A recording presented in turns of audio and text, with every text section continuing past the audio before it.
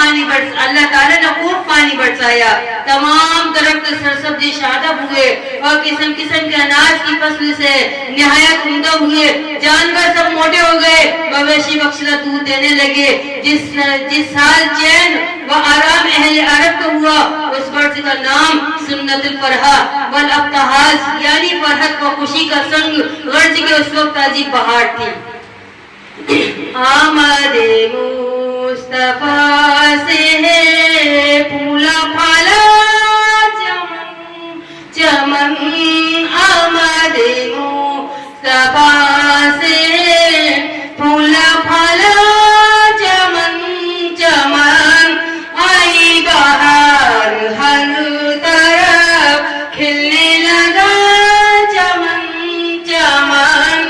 آئی بہار ہر طرف کھلنے لگا چمن چمن،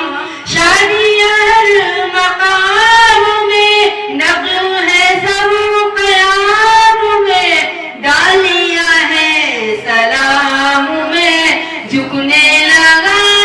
چمن